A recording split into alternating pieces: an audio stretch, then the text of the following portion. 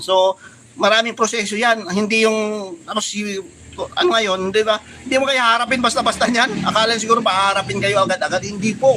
No, napakahaba ng proseso niyan. Tapos pagka doon na kayo, hindi yun ibig sabihin na may kasuhan or may pangyayari na ganito hanggat maaari, di ba? Counseling kayo niyan or di ba?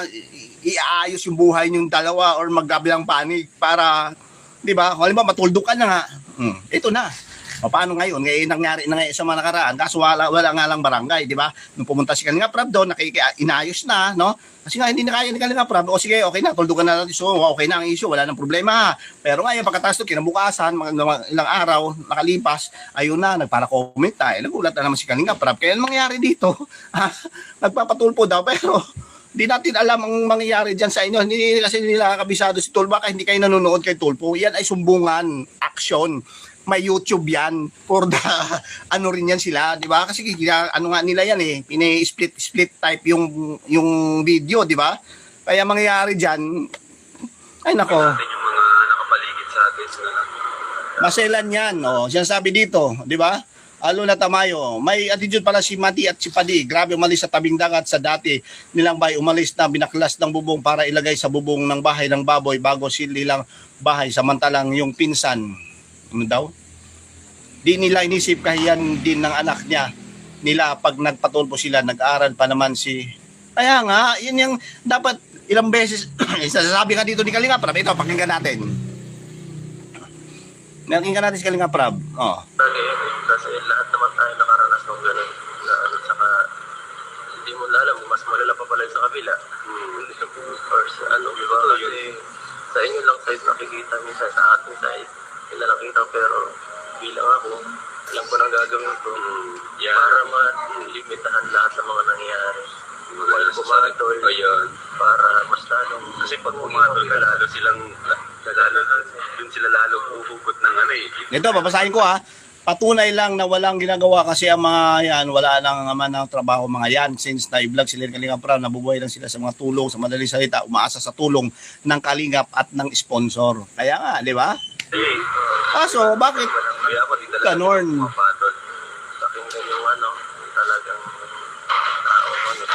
Ito, may sinasabi dito, babasahin ko lang ha. Ito ha, sinasabi dito. May attitude pala si Madi at si Padi.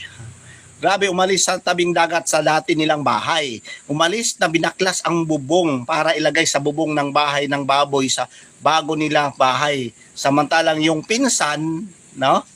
Yung pinsan niya tunay nakatira doon na tuluan ng ulan, nagpunta ni Kuya Bal, nakita ang sira ang bubong, tuluan ng ulan. Grabe, sa dami ng pera, hindi na lang bumili ng bago. Yun lang, no? So may mga nagsasabi dito, maayos naman sana kaso ang mga tao sa paligid panay sumbong dito, sumbong doon. Kaya that's the way, magulo na kaya sumbong pa more, no? So yun po ang nangyari, sabi ni Ma'am Megan. So yun yung opinion din ni Madam, no? At wala tayong ano diyan dahil opinion niya yan. Sa lahat, sa akin, sa inyo, samantala. Hindi mo mawawala kahit saan. Yun na lang yung pahalagahan. So ayun po, last day natin dito.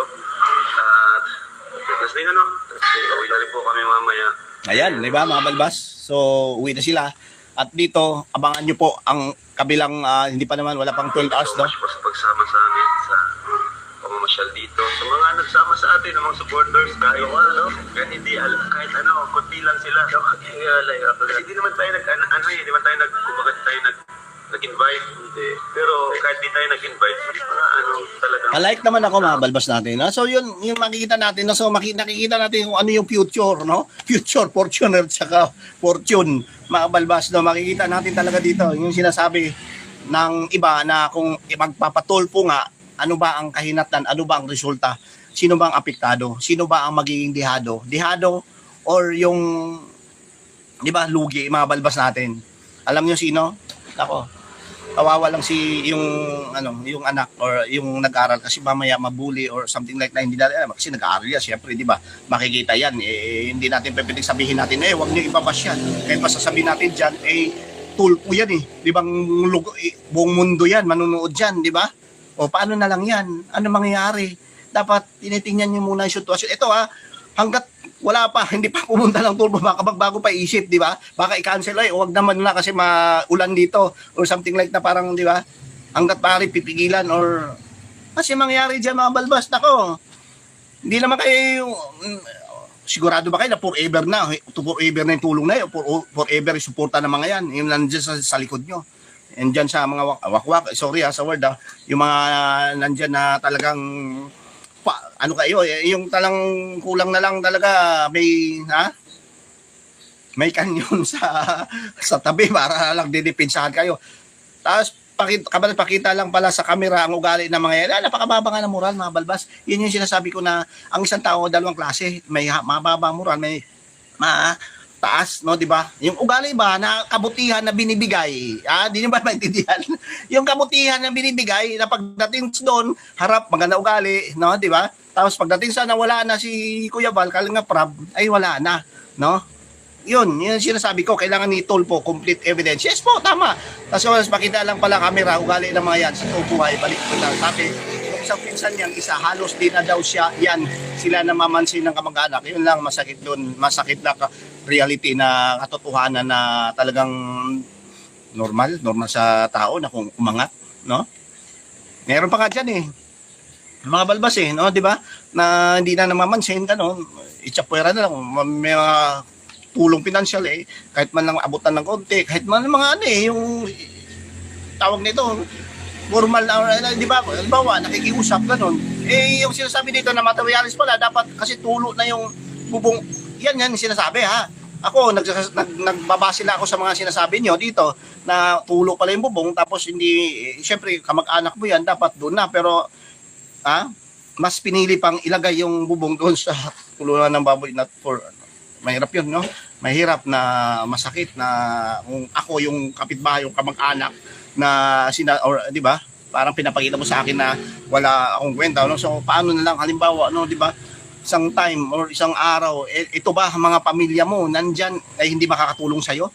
Makakatulong din 'yan. Hindi naman lahat ng araw yung gulong, parang gulong lang din 'yan, di ba? Nandiyan kayo ngayon, nasa ibabaw kayo, hindi lahat ng panahon na nasa ibabaw, magkakaroon din kayong pag-asa ng pupunta sa ilalim. Yun po, no? Di madaling magpatulpo, daming pinagdadaanan, Phil de Rosario. Yun po, no? Sinabi lang siguro Kalinga Kuya Val doon, pero alam ko stop pa lang yun Si Odette or sila Sherry ang nandun, no?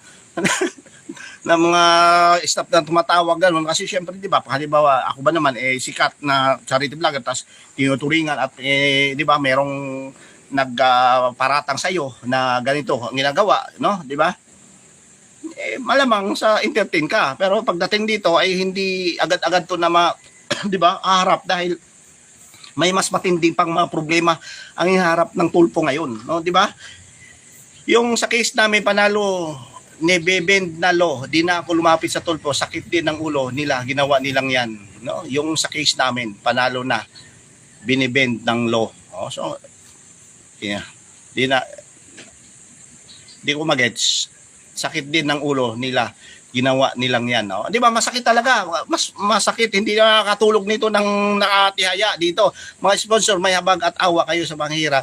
Bakit ganun yung mga tinuturuan nyo nagiging matapobre sa kamag-anak nila? Instead na yung pagkain na awas-awas dapat ibigay sa kapitbahay, tinatapon dagat, no? So yun nga, mahirap na mga balbas natin dahil ito naman ay base lang din sa aking mga nababasa, no? So kung yun yung mga sinasabi at yan po ay napatunayan or yan ba ay totoo talaga, ay naman, no?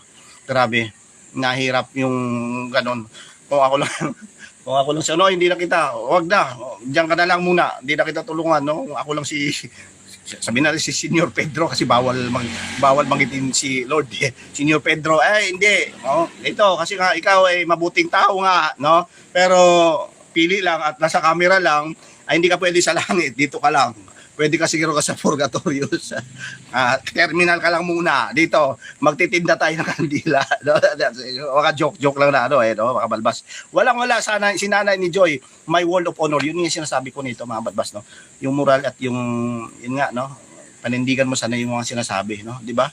Igalang mo kung ano may sinasabi mo, dapat panindigan mo at di ba? So ang problema pagdating na wala na sila, kausap dito no ayos. Pagdating na umuwi na si Kalinga Prab ay nagawang mag-iiba na naman yung sinasabi. No, 'di ba? Anong tawag diyan, ha? 'Di ba? Yung sa case namin, wala si Nanay Joy. Okay na 'yan. Shelly Lopez Channel, Shelly Lopez. Pierre Del Rosario, Ma'am Alona Tabayo, shout out. Ito po Hershey Berna, kawawa ang pamilya ni girl, lalo si girl, lalong makakaladkad sila sa social media. Akala ko ba gusto nila ng tahimik na buhay? Kaya na nga sinasabi, ilang beses na sinasabi na pag mga ganitong sitwasyon, lalo pag pagpatulpo kayo, hindi lang tahimik ang hindi ba tahimik? Hindi lang ingay ang no, di ba? Matatanggap nyo, gulo, pangungutya, bully, pambabas, lahat na.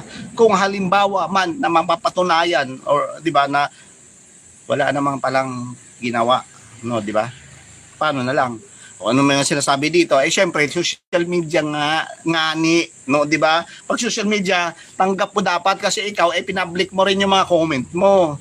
O kung hindi ka man ng ganito, 'di ba?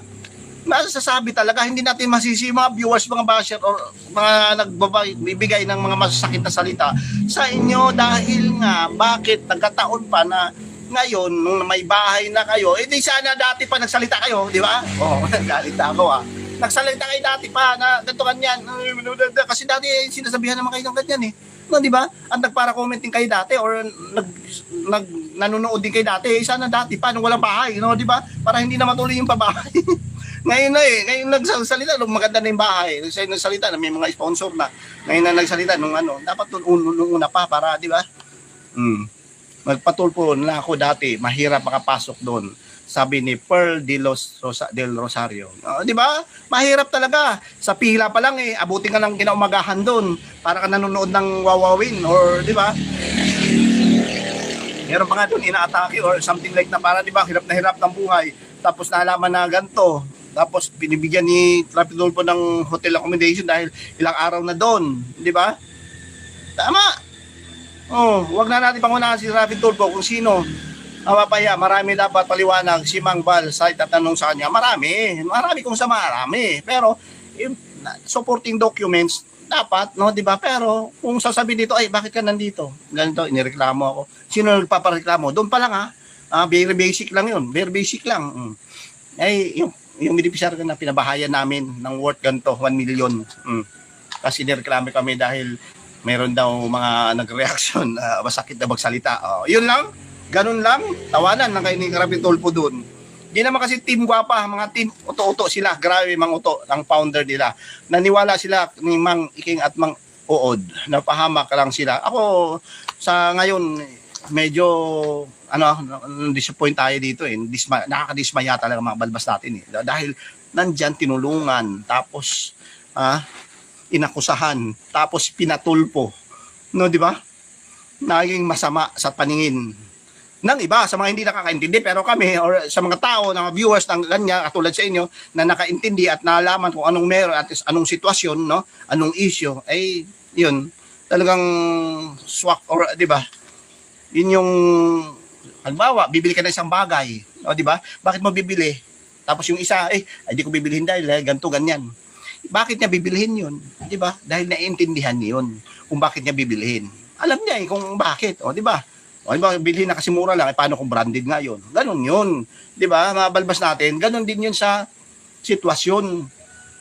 Hindi naman agad-agad yan. Ito tulpo tapos kulong na. Ano ka? Kukulong, marami yan, mga dokumento, may mga papeles yan, may mga resibo, ano man, di ba? Complete evidence. Kaya nga, complete evidence yan. At hindi lang hearsay, dapat may mga, pero kung evidence mo is ganito lang, tapos pictures or ano ba, hindi naman yung mga salita na pwedeng kaso, pero minimal lang yan. May kaso yan, pero hindi ibig sabihin, ano yan, yung criminal case, di ba? Civil case, bill magkano lang naman, pero ang ano kasi diyan mga balbas abala, no? Sa alam mo dahil may maabala ka. Syempre, di ba? Punta ka doon. Tapos pag nag-hearing kayo, pupunta kayo doon. Tapos ang layo niyo diyan, no, di ba? Tapos pupunta kayo ng ganito, pamasahe, abala, tapos syempre, di ba? Ano pa? Stress. at baka mapunta pa sa depress, di ba? Hindi basta siya sa tibagin ng Kalingap kasi may pundasyon na yan. Malamang sa malamang. Complete evidence, sabi ni Ma'am Alona, Bill Lamia, no? Isang oras na tayo mga balbas natin ha, pero andiyan pa rin kayo, no? Ipagdasal na lang sana. Di ba? May nagsusud dyan at sa likod niyan, sasabotahin ng mga ungas, may direct sponsor na anti-Kalingap yan. Kaya malakas ang loob nila na mataas na tingin sa sarili.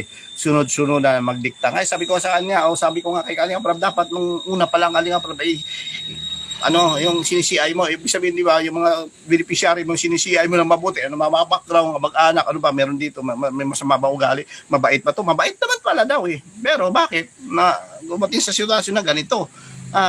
Ibig sabihin, nababayaran ng pera yung, di ba? Bagay.